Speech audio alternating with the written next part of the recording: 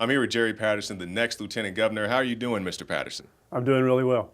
So can you just explain to us the position of Lieutenant Governor and what you hope to achieve? Well, the Lieutenant Governor is arguably the most powerful position in Texas government.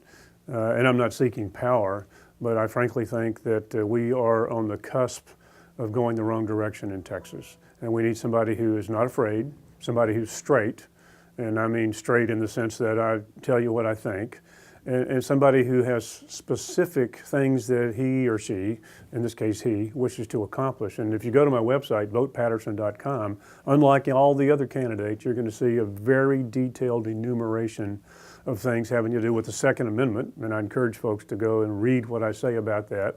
Water, transportation, education, immigration.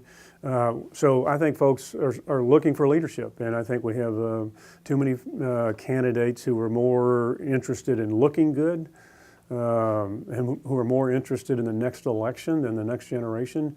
And I'm only focused on doing what I think is right. Like some politicians and some office holders from the past in Texas, we have too few of them today.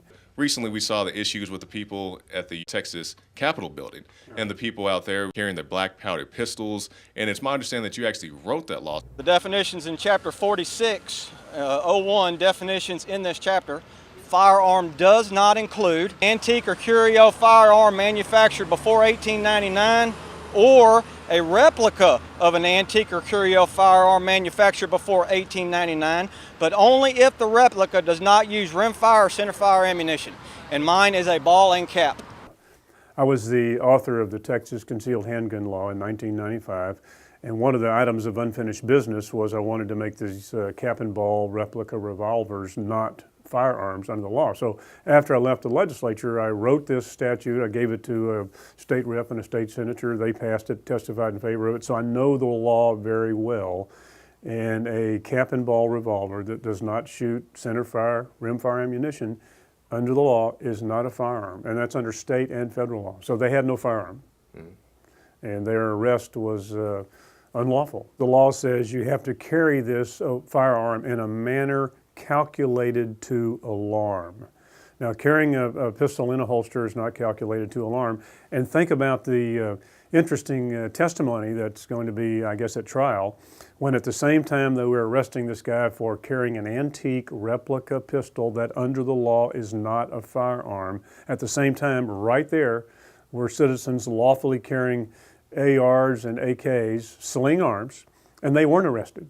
So to the average bystander walking around, assuming that anybody was alarmed, and frankly they should not be, why would you arrest a guy with an antique pistol that's not even a firearm under federal or state law? But then it's okay with the AKs and the ARs.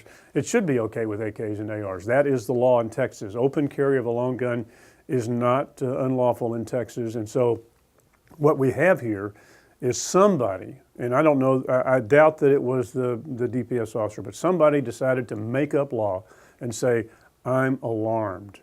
You know, you have to have a reasonable standard to this. You can't just say, I'm alarmed. I mean, there are people who are easily alarmed. They don't make law either. Somebody has to have a reasonable standard. These gentlemen were arrested unlawfully. They broke no law, and I'm anxious to see how this turns out at trial. Now, one of the things I'm anxious to see is this rally we have coming up on October 19th, where people are going to gather at the Alamo, carrying their long guns slung over their shoulders. Some people may have loaded firearms. There's several different groups. In my view, they ought to kind of get together and just pick one person to be in charge of all this, because San Antonio PD has not been a friend of the Second Amendment. This isn't about violating people's rights. It's not about gun control. It's not about politics. It's about the state law. If the firearm is carried in a manner calculated to cause alarm. They consistently, repetitively, even going back 20 years when I carried the concealed handgun law, San Antonio PD was opposed to it. Now, there were other police officers and police chiefs that were opposed to it, most of whom have come around and say, you know, I was wrong. A DA in Harris County, Johnny Holmes, was adamantly opposed to it and wrote me a letter about 3 years after we passed it and says, I was wrong. So it's really refreshing to see some folks fess up when they're wrong, but San Antonio PD has a policy about open carry, and they are not going to allow it. They have no authority to make up the law, and that's what they're doing. So I hope that San Antonio PD complies with the law. Now, as more and more people move here to Texas, we see Rick Perry campaigning to get people to come here to the state of Texas. Does this concern you at all? Because we have many people with many different ideologies. It does concern me. We have people moving here from foreign countries like California that I am concerned about. As long as they come to Texas and they're coming here because they share our values, they share our belief in the Second Amendment, which has nothing to do with hunting. It has nothing to do with recreational use. It has nothing to do with collecting. It has only to do with my God-given, constitutionally enumerated right to keep and bear arms to defend myself against a criminal element or an oppressive government. That's what it's about. And as long as they believe that way, as well as the other freedoms, and as long as they believe that we don't need any more government regulation, that we have too much government, and they're coming here for those reasons, then I'm fine with it. I don't care where they come from. And it's a good thing. People came to Texas in the 1830s and 1840s and 60s because they were seeking liberty and opportunity. Same thing today. But they, in my view, they need to understand our values may be different than the values where they came from. Are you an advocate for state nullification? We have the ability under the Constitution to ignore whatever law is unconstitutional. Now, how do you make that determination? If the federal government were to pass a law and say, well, you can no longer carry your firearm, or we're going to pass a law that says we're going to outlaw open carry of long guns, yeah, that would be unconstitutional law. And frankly, I don't know if nullification, I just go with ignoring. As land commissioner, I travel quite a bit. I've spent quite a bit of time in the Big Bend National Park because we have some land adjacent to it. At one time, you could not carry in a national park. You couldn't possess a firearm. I ignored it. Told the San Antonio newspaper I ignored it. They wrote an editorial saying he ignores the law. I said, I'm sorry, that's not the law. It's unconstitutional. When I go into border areas along the Texas border, I'm armed.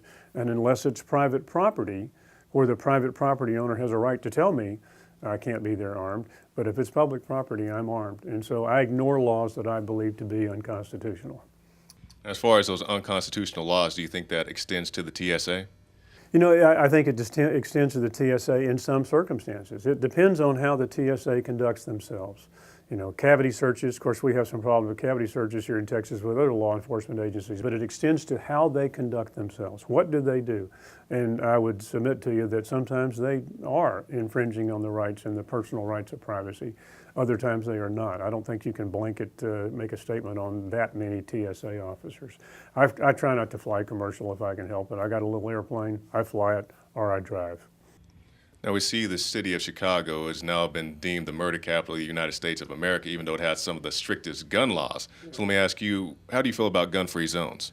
Well, they're a target-rich environment for the criminal element. I mean, I talk about this a great deal. I mean, I'm probably the guy that most people call when it comes to the Second Amendment and firearms. And I use the analogy, had I been in the theater in Aurora, Colorado, fewer people would have died. And that was a gun-free zone. It was private property and they had banned carry. And people, when I say that, they look at me and say, oh, that's impossible. I mean, that guy had he had an AR and he had body armor and all of that stuff. And I say, look, the first time someone had returned fire to that, in the direction of that shooter, the first time a round had gone off and it didn't come from the shooter, the dynamic would have changed. You don't have to bring him down to save lives. And instead of that shooter just calmly walking up and down the aisles, just shooting cowering theater goers as they cowered on the floor, shooting in the back of the head, the first time you popped a round off, that shooter would have had to pay attention to something else. The dynamic would have changed. Similarly, in Virginia Tech, 32 people died, gun-free zone. And by the way, that shooter had passed a background check. He was mentally ill, had been adjudicated mentally ill, passed the check anyway. All of these venues, they're gun-free zones. And when I passed the concealed handgun law, we had to put some gun-free zones to get the votes I needed. Over the years, we have eliminated and removed many of those gun-free locations. One of them is kind of funny. One of the locations that was prohibited initially was churches. Well, I believe that violates the separation. There is no separation, but it violates the church ability to do what they wish. But, frankly, if you have, a congregation that's packing, The sermons are, much shorter and much more to the point. But we've continued to eliminate gun-free zones. A gun-free zone is nothing more than an invitation. You have an A+ rating from the NRA, so guns are definitely an important issue to you. But what else do the people of Texas need to know? Well, I was a guy who, probably the three most significant items that I passed when I was in the Senate, I repealed the motorcycle helmet law. That's kind of a liberty thing. And, I passed the concealed handgun law.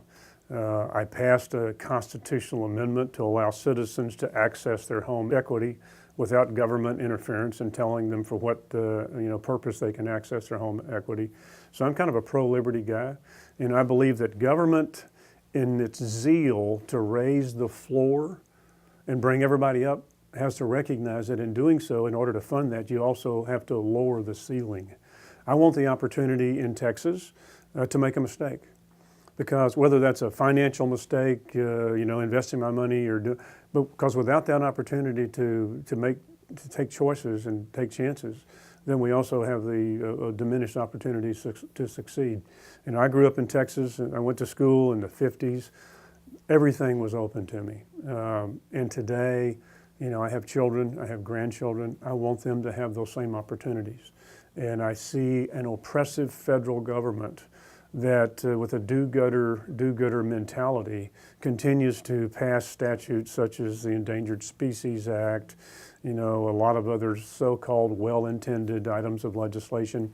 That mindset is not here in Texas, and we should be thankful for that, but it's creeping this way. And we have to, in my view, maintain Texas as it is and as it was. And not only is that good for Texas, Texas has the ability to lead and redeem this nation because we are liberty. And there are a few other states, but we're the prime state that can redeem this nation. VotePatterson.com. All right, Jerry Patterson, thank you for your time, sir. All right, thank you, Jakari.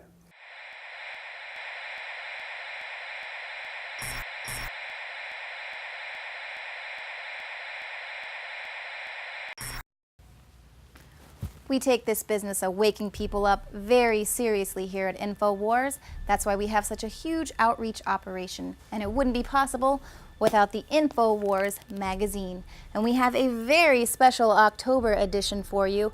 We're gonna make it super easy for you to get interactive with your friends and family by giving you these lovely cutout masks, not one, but two very scary educational tools for you to hit the street. Join with the collective.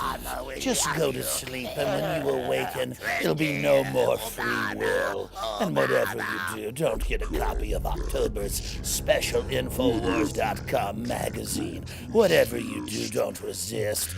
Give in. 260,000 of you could be out there as Obamacare or Prozac, the killer clown. Hi, kids! It's me, your favorite selective serotonin reuptake inhibitor! Just cut along the dotted lines, cut some holes for the eyes, and attach a few rubber bands, and you are ready to wake up America this Halloween. Remember, kids, Obamacare is for you and your family, and so is Prozac and Ritalin. So whatever you do, don't secure your copy of InfoWars magazine and resist, because death is good for you.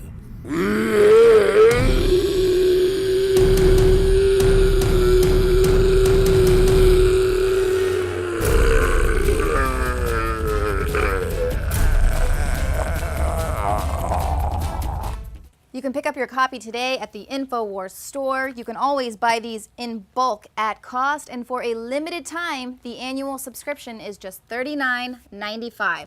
Call now because operators are standing by. Obama will have you. Because people need to know that Obamacare is bone-chillingly frightening.